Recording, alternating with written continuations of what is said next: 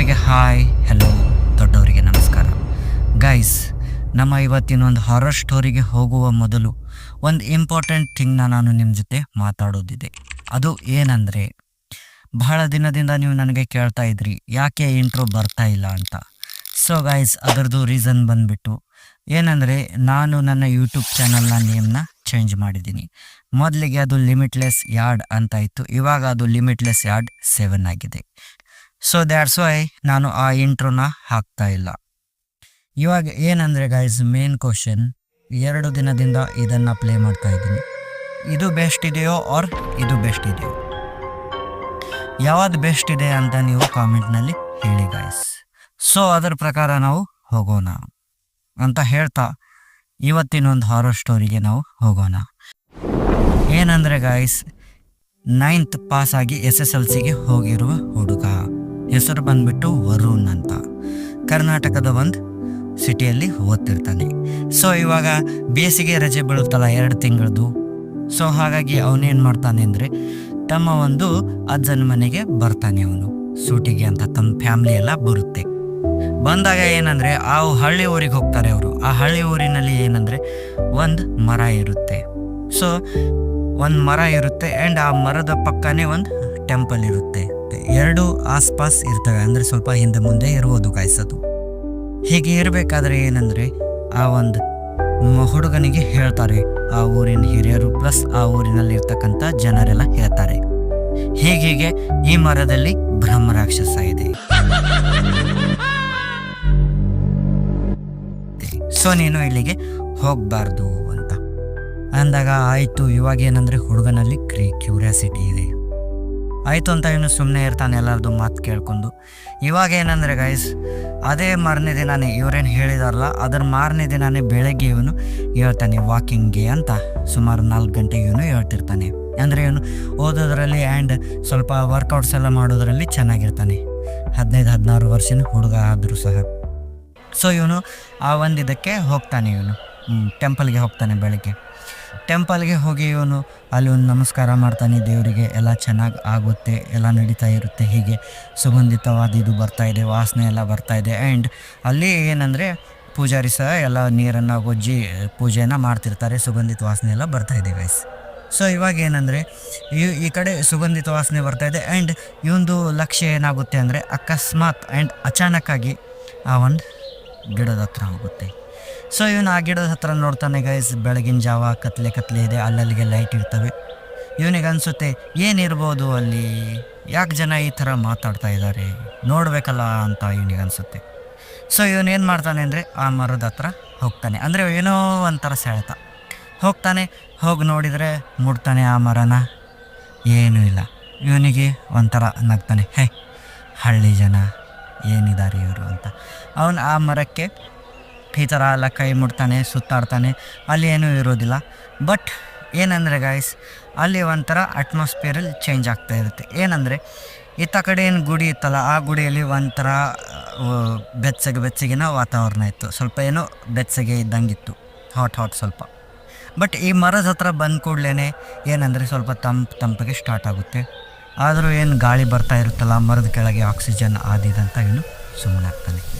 ಇವಾಗ ಏನಂದರೆ, ಒಂದು ಗಾಳಿ ಎಲ್ಲ ಬರ್ತಾಯಿದೆ, ಇಲ್ಲೇನೂ ಇಲ್ಲ, ಹಾಗೆ ಮಾತಾಡ್ಕೋತಾ ಇದ್ದಾರೆ ಅಂತ ಇವನು ಏನು ಮಾಡ್ತಾನೆ ಅಂದರೆ, ಹೀಗೆ ನಿಂತ್ಕೊಂಡು ಹೀಗೆ ಗಾಯ್ಸ್ ಹಿಂದೆ ಹೊಳಬೇಕು. ಇವನು ಹಿಂದೆ ಹೊಳಬೇಕು ಅಷ್ಟರಲ್ಲಿ ಏನಂದರೆ, ಯಾರೋ ಎದುರುಗಡೆ ನಿಂತ್ಬಿಟ್ಟಿದ್ದಾರೆ. ಇವನು ಏಕದಮ್ ಸೈಲೆಂಟ್ ಆಗಿಬಿಡ್ತಾನೆ, ಇದೇನಿದು ಅಂತ. ಅಲ್ಲೇ ಗಾಯ್ಸ್ ಇವನು ಕೆಳಗಡೆ ಬಿದ್ದು ಬಿಡ್ತಾನೆ. ನೀವು ಅನ್ಬೋದು ಇದರಲ್ಲೇನಿದೆ, ಬಿದ್ದುಬಿಟ್ಟ, ಇದರಲ್ಲೇನು ಇಂಟ್ರೆಸ್ಟಿಂಗ್ ಥಿಂಗ್ಸ್ ಇಲ್ಲ ಅಂತ. ಬಟ್ ಗಾಯ್ಸ್, ಇಲ್ಲಿಂದ ಈ ಚಾಪ್ಟರ್ ಶಿಫ್ಟ್ ಆಗುತ್ತೆ. ಅಂದರೆ ಮ್ಯಾಟರ್ ಚಾಪ್ಟರ್ ಏನಂತೀವಿ ಅದು ಅಷ್ಟು ನಮಗೆ ಕ್ಲಾರಿಯಾಗಿ ಹೇಳೋಕ್ಕೆ ಆಗೋದಿಲ್ಲ ಗೈಸ್. ಅಂದರೆ ಇದರಲ್ಲಿ ಸ್ವಲ್ಪ ಹಿಂದೆ ಮುಂದೆ ಆಗುತ್ತೆ ಹೊಸದಾಗಿರೋದ್ರಿಂದ.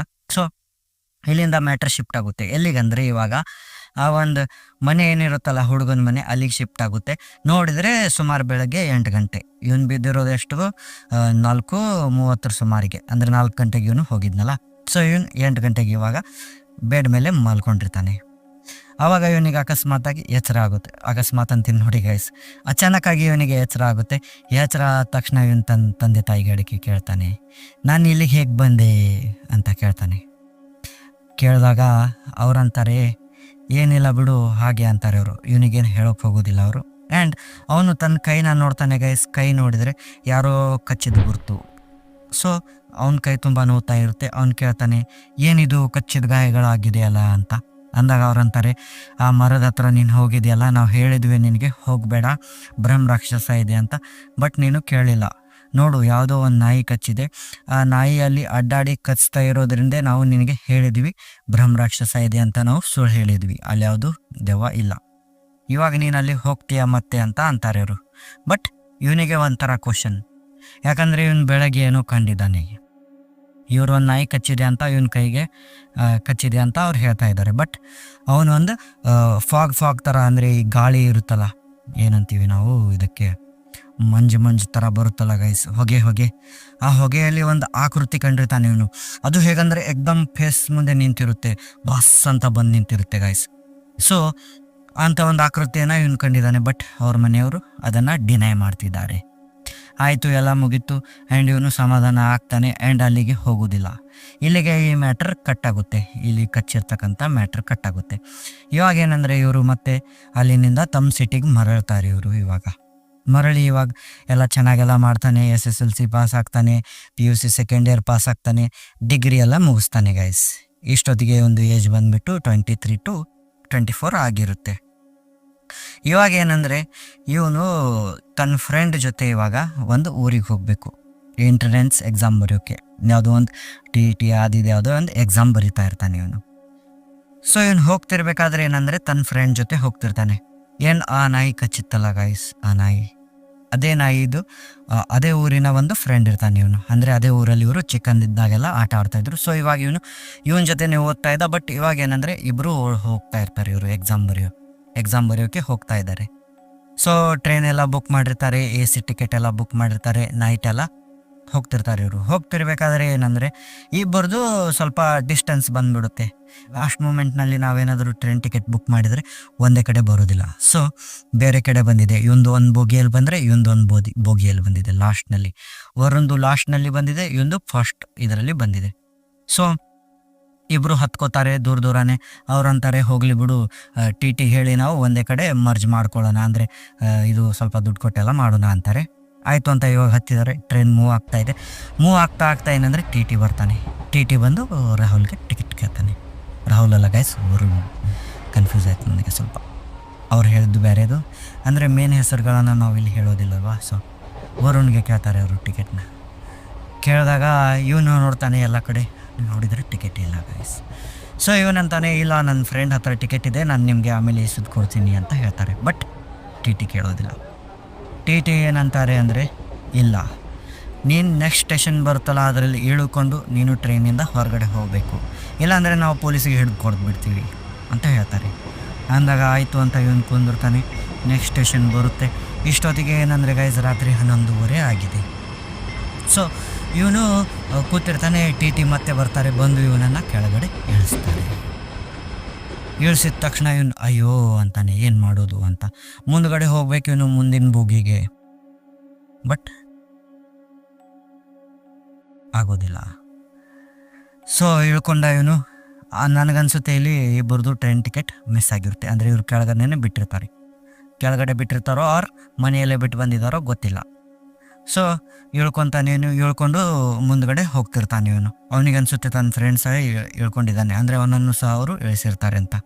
ಯಾಕಂದರೆ ಇವನು ಟ್ರೈನ್ ಟಿಕೆಟ್ನ ಮರ್ತಿದ್ದಾನೆ, ಮನೆಯಲ್ಲೇ ಬಿಟ್ಟಿರ್ತಾನೆ ಇವನು. ಇವನಿಗೆ ಇವಾಗ ನೆನಪಾಗುತ್ತೆ. ಸ್ವಲ್ಪ ನನಗೂ ಹಿಂದೆ ಮುಂದೆ ಆಗ್ತಾಯಿದೆ ಗೈಸ್ ಸ್ಟೋರಿನ ಹೇಳೋಕ್ಕೆ, ಸ್ವಲ್ಪ ಪ್ರಾಬ್ಲಮ್ಸ್ ಎಲ್ಲ ಇರ್ತಾವಲ್ಲ ಅದಕ್ಕೆ. ಸೊ ಹೀಗಿರಬೇಕಾದ್ರೆ ಗೈಸ್ ಏನಂದರೆ ಇವನು ಇಳ್ಕೊಂಡು ಮುಂದ್ಗಡೆ ಬರ್ತಿರ್ತಾನೆ. ಅವನ ಫ್ರೆಂಡ್ ಹತ್ರ ವರುಣ್ ಬರ್ತಿರ್ಬೇಕಾದ್ರೆ ವರುಣ್ ಇಲ್ಲಿ ಕಾಣ್ತಾ ಇಲ್ಲ. ಬಟ್ ಏನಂದರೆ ಗೈಸ್ ಆ ಒಂದು ಸ್ಟೇಷನ್ ಮೇಲೆ ಒಂಥರ ಅದು ಇದು ಆಗಿದೆ ಗೈಸ್, ಏನಿಲ್ಲ ಅಲ್ಲಿ, ಯಾರು ಜನನೇ ಇಲ್ಲ ಗೈಸ್, ಜನಜಂಗುಳಿ ಇರದೇ ಇರತಕ್ಕಂಥ ಒಂದು ಸ್ಟೇಷನ್ ಅದು. ಸೊ ಆ ಒಂದು ಸ್ಟೇಷನ್ ಮೇಲೆ ಒಂದು ಅಮ್ಮ ಇರ್ತಾಳೆ, ಅಂದರೆ ಅಜ್ಜಿ ಬರ್ತಾಳೆ ಇವನು ಹಿಂದಿನೇ. ಇವನು ನೋಡ್ತಾನೆ. ನೋಡಿದ ತಕ್ಷಣ ಇವನಿಗೆ ಒಂಥರ ಅನಿಸುತ್ತೆ, ಏನಜ್ಜಿ ನಾನು ಹಿಂದೆ ಬರ್ತಾ ಇದ್ದಿರಲ್ಲ ಅಂತ.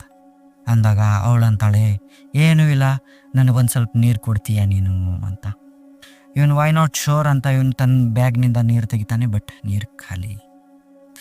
ಸೊ ಅಂತಾನೆ ಅಮ್ಮ ನೀರು ಇಲ್ಲಿಲ್ಲ, ಅಂದರೆ ಅಮ್ಮ ಇಲ್ಲಿ ನೀರು ಇಲ್ಲ ಅಂತಾನೆ ಅವನು ಅಜ್ಜಿಗೆ. ಅಂದಾಗ ಅವ್ರು ಅಂತಾರೆ, ನೋಡಲ್ಲಿ ಮುಂದ್ಗಡೆ ರೈಲ್ವೆದು ನಲ್ಲಿ ಇದೆ, ಅಲ್ಲಿ ಇರಬೇಕು ನೀರು ಅಂತ. ಅಂದ ತಕ್ಷಣ ಆಯಿತು ನಾನು ತಂದು ಕೊಡ್ತೀನಿ, ನೀವು ಇಲ್ಲೇ ಕೂತ್ಕೋರಿ ಅಂತ ಹೇಳ್ತಾನೆ ಅವನು ಆ ಅಮ್ಮಗೆ, ಅಂದರೆ ಅಜ್ಜಿಗೆ ಹೇಳ್ತಾನೆ. ಹೇಳಿದ ತಕ್ಷಣ ಅಜ್ಜಿ ಅಂತಾಳೆ, ಇಲ್ಲ ಇಲ್ಲ ಇಲ್ಲ ಅದಾಗೋದಿಲ್ಲ, ನೀನು ನನ್ನ ಕೈ ಹಿಡ್ಕೋಬೇಕು ಅಂತಾರೆ. ಅಂದರೆ ನನ್ನ ಕೈ ಹಿಡ್ಕೊಂಡು ಅಲ್ಲಿ ಮಠ ಹೋಗಿ ನನ್ನ ಆ ಪ್ಲೇಸ್ಗೆ ಅಂತ. ಸೊ ಇವರು ಒಯ್ತಾನೆ ಆಕೆಯನ್ನ. ಅಲ್ಲಿ ನಳದು ಟೋಟಿ ಆನ್ ಮಾಡ್ತಾನೆ, ಆ ಒಂದಿರುತ್ತಲ್ಲ ಆನ್ ಮಾಡೋದು, ನೀರು ಬರ್ತಾ ಇಲ್ಲ. ಎಲ್ಲ ರೈಲ್ವೆ ಸ್ಟೇಷನ್ನಲ್ಲಿ ಇದೆ ಗಾಯ್ಸ್, ನೀರು ಬರೋದಿಲ್ಲ. ಸೊ ಇವಾಗ ಇವನಿಗೆ ಟೆನ್ಷನ್, ನೀರಿಲ್ಲ, ಅಜ್ಜಿ ನೀರಿಲ್ಲ, ಏನು ಮಾಡೋದು ಅಂತಾನೆ. ಅಂದ ತಕ್ಷಣ ಅಜ್ಜಿ ಅಂತಾಳೆ, ಏನಿಲ್ಲ ಹಿಂದ್ಗಡೆನೆ ಒಂದು ಗುಡಿ ಇದೆ ನೋಡು, ಅಲ್ಲಿ ನೀರಿದೆ, ಅಲ್ಲಿಂದ ತಗೊಂಡು ಬಾ ಅಂತಾಳೆ. ಆಯಿತು ಅಂತ ಇವನು ಹೋಗಬೇಕು. ಬಟ್ ಅವಾಗ ಅಜ್ಜಿ ಅಂತಾಳೆ, ಇಲ್ಲ ನೀನು ನನ್ನ ಕೈನೇ ಹಿಡ್ಕೋಬೇಕಂತಾಳೆ. ಆಯಿತು ಅಂತ ಇವನು ವರುಣ್ ಆಕೆಯ ಕೈನ ಹಿಡ್ಕೊಂಡು ಆ ಒಂದು ಇದರ ಹತ್ರ ಒಯ್ತಾನೆ. ಇವನು ಗುಡಿ ಹತ್ರ ಹೋದ. ಇವನು ಅದೊಂದು ದೇವಿಯ ದೇವಸ್ಥಾನ ಗಾಯಿಸೋದು. ಸೊ ಒಯ್ತಾನೆ ಇವನು, ಒಯ್ದು ಅಲ್ಲಿ ನೀರು ಇರುತ್ತೆ, ಆ ಒಂದು ಬಾಟ್ಲ್ ಇರುತ್ತಲ್ಲ ಅದರಲ್ಲಿ ಇವನು ನೀರು ಓಪನ್ ಮಾಡಿ ನೀರಿದು ಮಾಡ್ತಾ ಇದ್ದಾನೆ, ತಗೊಂಡು ಇನ್ನೇನು ಇವನು ಹೀಗೆ ಗೈಸ್ ಹಿಂದ್ಗಡೆ ಹೊಳ್ಳಿ ಕೊಡಬೇಕು. ಅಜ್ಜಿ ಗಾಯಬ್, ಅಜ್ಜಿ ಇಲ್ಲ. ಇವನಿಗೆ ಒಂಥರ ಶಾಕ್, ಏನಿದು ಅಂತ. ಅಂದ ತಕ್ಷಣ ಇವನಿಗೆ ಏನಂದರೆ ಗೈಸ್ ಒಂಥರ ಆಕೃತಿ ಬಂದ್ಬಿಡುತ್ತೆ. ಯಾವ ಆಕೃತಿ ಅಂದರೆ, ಹಿಂದೆ ಹೇಳಿದ್ನಲ್ಲ ಗೈಸ್ ಫಸ್ಟ್ಗೆ ಒಂದು ಮರದ ಕೆಳಗಡೆ ಒಂದು ಬ್ರಹ್ಮ ರಾಕ್ಷಸ ಇದೆ ಅಂತ ಹೇಳಿದ್ರಲ್ಲ ಅವ್ರ ಮನೆಯವರು, ಅದೇ ಟೈಪ್ ಆಕೃತಿ ಒಂದು ಬಂದು ನಿಂತುಬಿಟ್ಟಿರುತ್ತೆ ಇವನ ಮುಂದೆ. ನೋಡಿದರೆ ಟೆಂಪಲ್ ಇದೆ ಹಿಂದ್ಗಡೆ, ಮುಂದ್ಗಡೆ ಆಕೃತಿ ಇದೆ.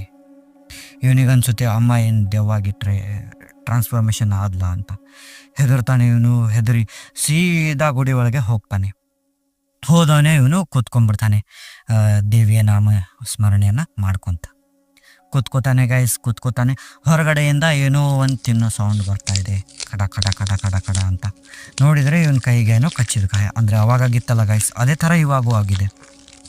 ಸೊ ಇವನು ಆಳ್ತಾನೆ, ಅಲ್ಲೇ ಕೂತ್ಕೊಂಡು ದೇವರ ನಾಮ ಸ್ಮರಣೆ ಮಾಡ್ತಾನೆ, ದೇವಿದು ಎಲ್ಲನೂ ಮಾಡ್ತಾನೆ. ಹೊರಗಡೆಯಿಂದ ಅದೇ ಕಡಿಯೋ ಸೌಂಡ್ ಬರ್ತಾ ಇದೆ, ಕಟ ಕಟ ಕಟ ಅಂತ ಒಂಥರ ರಾಕ್ಷಸದ್ದು ಸೌಂಡ್ ಬರ್ತಾ ಇದೆ. ಆಯಿತು ಹೀಗೆ ಗೈಸ್ ಏನಂದರೆ ಇವಾಗ ದಿನ ಕಳೆಯುತ್ತೆ, ಬೆಳಗಾಗುತ್ತ ತಕ್ಷಣ ಇವನು ದೇವಿಗೆ ಕೈಕಾಲು ಮುಗಿತಾನೆ. ಅದು ಒಂದು ರೇಣುಕಾ ಯಲ್ಲಮ್ಮ ದೇವಿದು ಟೆಂಪಲ್ ಇರುತ್ತೆ. ಆಯಿತು ಅಂತ ಇವನು ಹೊರಗಡೆ ಬರ್ತಾನೆ. ಹೊರಗಡೆ ಬಂದು ನೋಡಿದರೆ ಗೈಸ್ ಸ್ವಲ್ಪ ದೂರದಲ್ಲೇ ರೈಲ್ವೆ ಸ್ಟೇಷನ್ ಆಚೆ ಕಡೆ ಏನಂದರೆ ಅವನ ಗೆಳೆಯಂದು ಡೆಡ್ ಬಾಡಿ ಬಿದ್ದಿರುತ್ತೆ. ಸೊ ರಾತ್ರಿ ಏನು ಸೌಂಡ್ ಬರ್ತಾಯಿತ್ತಲ್ಲ ಕಟ್ ಕಟ್ ಕಟ್ ಅಂತ ಕರೆಯೋದು, ಅದು ಈ ಒಂದು ಫ್ರೆಂಡ್ದು ಒಂದು ಮೂಳೆಗಳನ್ನು ಕಡಿತಾ ಇತ್ತು ಆ ಒಂದು ಎಂಟಿಟಿ.